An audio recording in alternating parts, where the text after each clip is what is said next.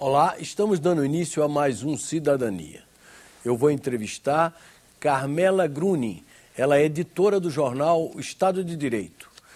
Nós vamos conversar exatamente sobre a popularização do direito. Carmela, muito obrigado por ter atendido o nosso convite. Obrigada pela essa oportunidade. Eu queria que você explicasse a proposta desse jornal Estado de Direito. Ele é só numa versão eletrônica ou tem versão impressa também? A proposta do Jornal Estado de Direito é exatamente o tema da cidadania, que é promover o direito como instrumento de cidadania, popularizar ele através de várias atividades, dentre elas o Jornal Estado de Direito, que é uma publicação impressa, gratuita, bimestral, com tiragem hoje de 45 mil exemplares, distribuído em 15 estados. Sediado em Porto Alegre? Sediado em Porto Alegre e vai para 15 estados no Brasil hoje, atualmente. E mantida com apoio de patrocinadores e uma luta assim, para fazer todas essas ações acontecerem, né? E tem uma versão eletrônica? Tem a versão eletrônica, além da versão eletrônica que a pessoa pode manusear como se tivesse, né? Apesar que essa ideia de a gente ainda pegar o tabloide na mão faz uma diferença danada. Então, a internet está sendo muito bem utilizada para divulgar o jornal. Hoje, mais de 40 países acessam o site, que isso e está com 4 meses o site, o novo site, né, com esse portal, que várias informações. A gente tem trabalhado muito com educação à distância via YouTube, Vimeo, que é uma maneira de a gente estar sensibilizando as pessoas com uma linguagem diferente, mais inclusiva, né? E qual é o site?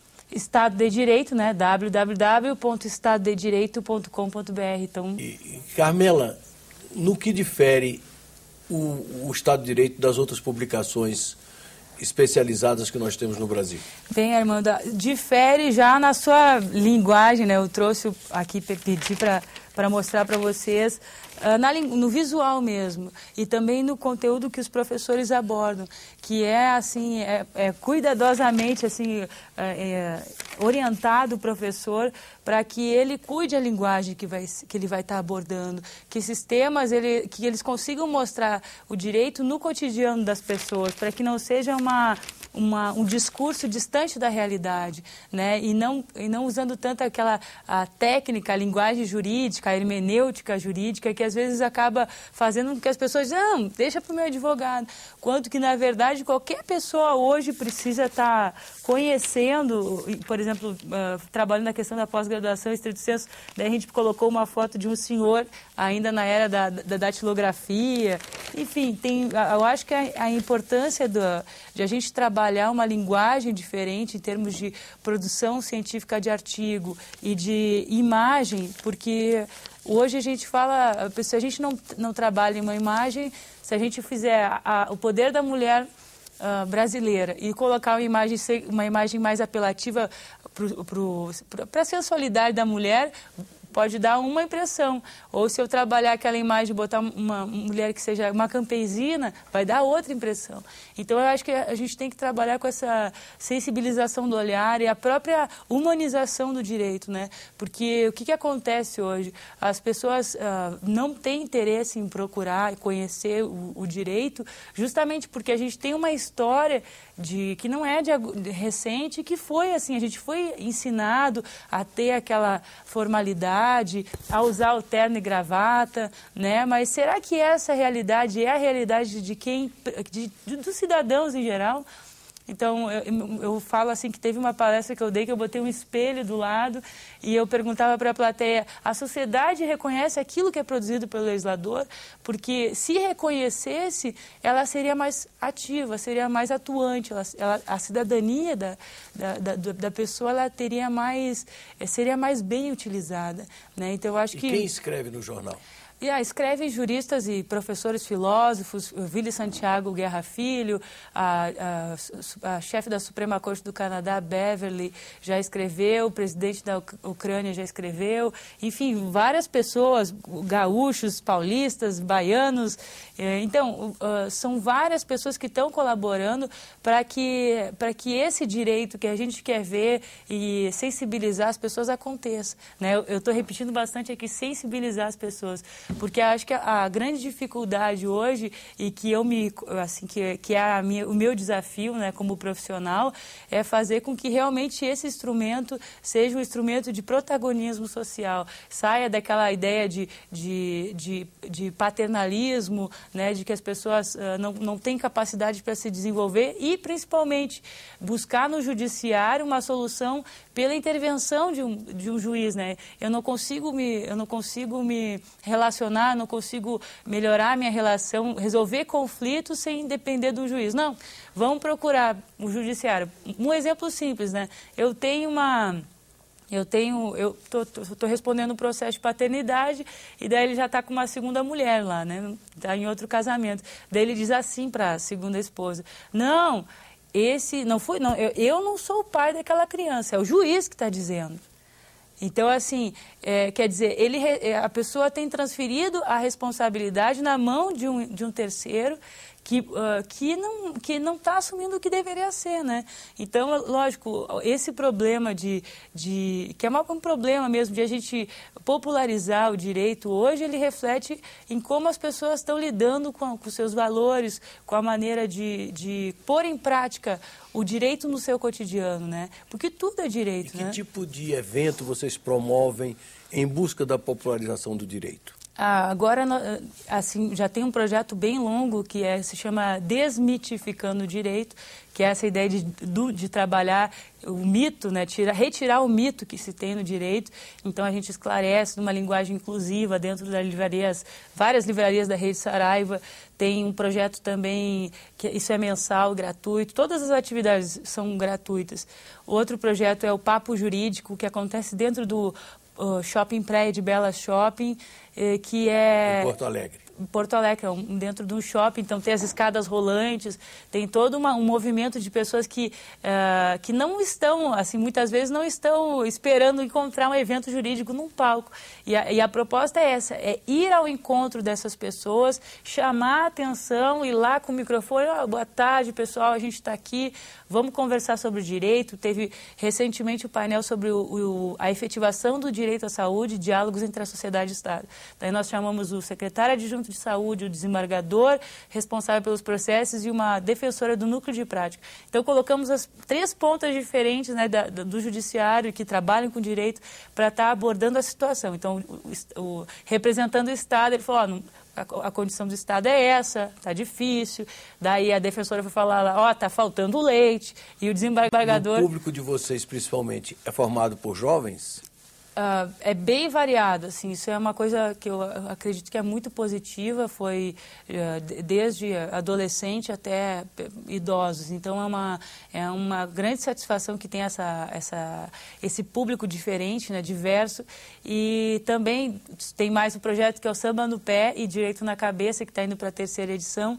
Então a gente, por exemplo, trabalha o samba A Humanidade da Império Serrano, e faz dentro dessa análise e da interpretação da música, junto com músicos como Graça Garcia, Alexandre Lemos, Anderson Moreira, Zunca, Norma Souza, que são artistas que estão colaborando a dar essa sensibilização do direito, né? Mostrar o direito, legitimar o direito pela arte, que a gente está tentando utilizar a cultura popular hoje como instrumento de popularização também da cultura jurídica, né?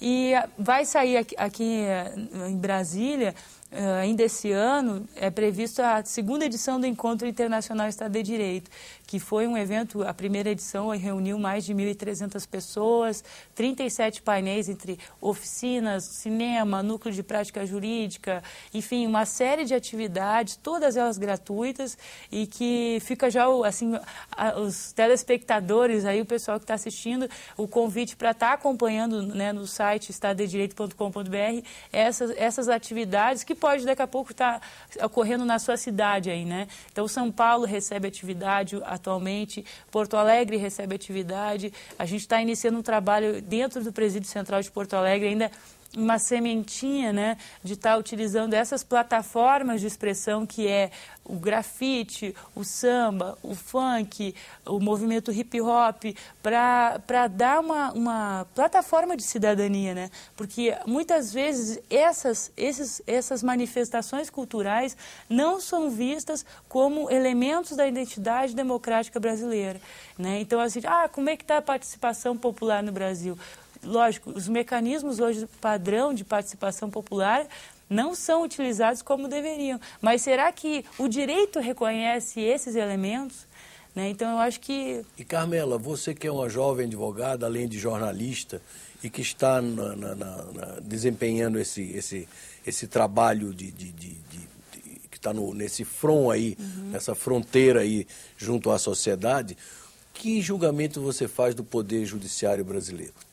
Eu acho que o Poder Judiciário ele tem que estimular mais a diminuição da judicialização de conflitos através de apoio como iniciativas como essa que eu promovo, tanto em outras iniciativas de associações de bairro, porque elas estão mais perto da periferia, das pessoas que menos têm o acesso à justiça nos dois sentidos. O acesso à justiça a ter uma dignidade como pessoa, como acesso ao judiciário, né? Então, eu acho que muitas vezes a gente tem programas que mostram como funciona um debate, como funciona o plenário, enfim, mas se tivesse assim, mais programas educativos que fossem lá na periferia lá e conversassem, o que tu acha que é o direito? O direito, para mim, o direito é isso aí. Fosse mais próximo dessas comunidades e diminuísse essa linguagem. Eu sei que o formalismo, essa hermenêutica é importante no direito, mas eu acho que se a gente quer popularizar o direito, a gente tem que trabalhar com a linguagem e com a cultura popular. Então, se a gente começa a trabalhar com o direito imposto de cima para baixo, a legitimação dele tem a possibilidade muito menor de penetração. E se eu lhe perguntasse, se você tivesse a caneta, o poder de definir, de decidir, o que você faria para melhorar a prestação jurisdicional no Brasil? Para apressar, para agilizar? Eu acredito que primeiro tem que... isso não é a longo, não existem assim propostas a curto prazo. Eu faço isso há 5 anos, então eu sei que o trabalho que eu estou fazendo pode ser que não tenha um resultado imediato, mas a educação, a formação cívica da população em cidadania, em direitos humanos, em direitos sociais, ela é fundamental. Isso pode acontecer desde a escola, que o professor já está fazendo, mas será que ele é educado? Será que ele é formado com o sentido que ele já é um agente de transformação, até de produção de conhecimento jurídico? Porque se ele está falando em geografia em sala de aula, se ele está falando em ecologia, se ele está falando em sexo em sala de aula, com certeza ele já pode estar falando em planejamento familiar, em cuidado com o meio ambiente, enfim, em conflitos internacionais. Então, eu acredito que existe assim uma linha que a gente tem que estabelecer, uma ponte entre as outras áreas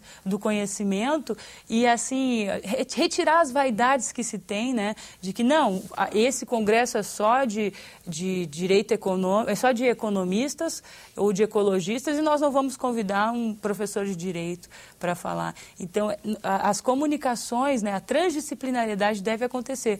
Assim, então, assim, que eu vejo rapidamente, dentro de sala de aula, acho que tem que ser, o professor tem que primeiro receber incentivo e valorização dos profissionais que trabalham educando os nossos jovens e as crianças, que hoje não têm a valorização que deveria. Acredito também que a mediação no Brasil ainda é um processo lento, mas que deve ser aplicado mais e valorizado já a essas associações que estão dentro de comunidades periféricas, para ver como é que pode, através desse sentimento de pertencimento, melhorar que as relações conflitantes sejam resolvidas no local. Né? Ou seja, antes de ingressar no judiciário. Antes de ingressar, porque o que acontece no judiciário é que a gente vê que as pessoas, como a gente falou, né, vão procurar num terceiro a resposta para aquilo que eles já sabem, mas eles querem que o terceiro diga. né? Então, existe uma ausência de formação anterior, e a gente sabe, eu tenho consciência assim, que a globalização, que a quebra de valores, que a gente está numa sociedade, né, muito fragilizada, muito na espetacularização das coisas, né? Tudo é sensacionalismo, até as maneiras que tem acontecido de expressão disso é prejudicial para que isso aconteça, mas a gente tem que encontrar nesses locais, nesses polos de produção de conhecimento, de capacitação democrática, né, de participação democrática, alternativas que vão diminuir quando chegar lá no Poder Judiciário, porque a gente sabe que tem que estar, que tem um mutirão carcerário, que tem muita gente precisando de ajuda, mas, por exemplo, lá os detentos, mas por que, por exemplo, as faculdades poderiam, todas elas, ter um núcleo de prática jurídica dentro dos presídios, assessorando os defensores lá, pode até não ter contato direto com o detento, mas o fato de ela estar lá ajudando os defensores a colocar, que hoje a maioria não tem uma estrutura para atender essas pessoas, está lá dando uma condição de agilizar o acesso à justiça, seria também uma oportunidade. Então, a educação vai desde de sala de aula na escola, vai na família também, e os pais, eles estão, o que acontece hoje na família é que as crianças sofrem as consequências do que o pai passa, né, das dificuldades. E como é que você encara os tribunais brasileiros, os tribunais superiores? Por exemplo, há quem defenda a tese de que os ministros do Supremo não deveriam ser vitalícios, deveriam ter um mandato, mesmo que um mandato mais longo, de 8 ou 12 anos. Como é que você vê essa questão dos tribunais superiores brasileiros? Eu vejo um grande problema, porque afeta a questão da democracia mesmo, porque hoje a gente vê o judiciário interferindo muito na questão, né, o ativismo judicial, como se diz, que eu acho que é preocupante, sabe? Na verdade, quem é que a gente está legitimando quando a gente vota? Né? E por que eles não estão valorizando esse nosso voto e estão deixando para que o judiciário assuma um papel de protagonismo que não era para ele fazer? Então, a sociedade tem que refletir mais. Eu acredito que a escolha dos ministros não deveria ser política, deveria ser popular, do povo escolhendo diretamente mesmo, nas suas regionalidades, se fosse o caso, e principalmente assim, levar em consideração a idade e a experiência de cada ministro, assim, pegar uma pessoa, se fosse vitalício, tem que pegar então uma pessoa com 60 anos para começar. Eu não vejo que uma pessoa que comece com 40 anos, eu não acredito que um jovem assim deveria estar numa situação de poder como essa. Acho que ele pode estar exercendo um excelente papel, mas eu acredito que deveria ser de outra maneira essa formação. E vocês se preocupam com a baixa qualidade do ensino jurídico no país? Muito, muito. Aí a ideia é, inclusive, a gente está fazendo uma proposta às universidades para firmar convênios de cooperação, termos de cooperação, em que as universidades, a gente está fazendo assim, como se fosse um prontuário, o jornal está se propondo a fazer isso, e que as faculdades elas vão ter que cumprir aquele prontuário para receber lá o nosso aval de instituição que está fazendo alguma coisa para modificar essa cultura de judicialização e de que, principalmente, a pessoa que se forma hoje em direito, ela tem que ser advogado ou procurador. Hoje eles falam, mas agora tu é jornalista. Eu disse, eu posso ser jornalista, mas eu estou trabalhando justamente para fazer com que o direito seja para todos. Estou levando conhecimento e me preocupando hoje para que o direito chegue ao máximo de pessoas, né? Seja maximizado para que não fique na mão de poucos, porque hoje a gente sabe que conhecimento é poder, né? Quem quiser maiores informações deve acessar o site estadodedireito.com.br. No YouTube o canal é www.youtube.com/estadodedireito ou meu nome www.youtube.com/Carmela Gruni. Lá tem, seguindo o Twitter, Facebook, a gente está em todas as redes sociais, a gente se preocupa muito com o direito não só no Brasil e nós não queremos, a nossa ideia não é ir de encontro às questões que estão acontecendo, assim, de enfrentar, não, porque a gente luta por isso, somos contra o Supremo Tribunal, não, a gente quer ir ao encontro dessas instituições, porque a gente acredita nelas e quer melhorar essa situação que existe, né? Que é complexo. Não é, a gente não tem a fórmula mágica, mas a gente está trilhando um caminho que a gente acredita que possa colaborar para principalmente a questão da popularização do direito. Isso vai levar muitos anos, não é uma coisa rápida, mas a gente crê que é um trabalho que a gente tem que formar de base, desde criança, no colégio, lá, 4 anos de idade, e não perder a fé de que um adulto também possa mudar um conceito, né? Obrigado pela entrevista. Vocês acabam de assistir uma entrevista com Carmela Gruni, que é editora do jornal Estado de Direito. E o tema da nossa conversa foi justamente a popularização do direito. Aqueles telespectadores que quiserem encaminhar sugestões, comentários, ou fazer alguma crítica, ou quiser copiar esse ou outros programas da nossa grade, pode fazê-lo acessando o nosso portal www.senado.gov.br/TV. Até um próximo Cidadania.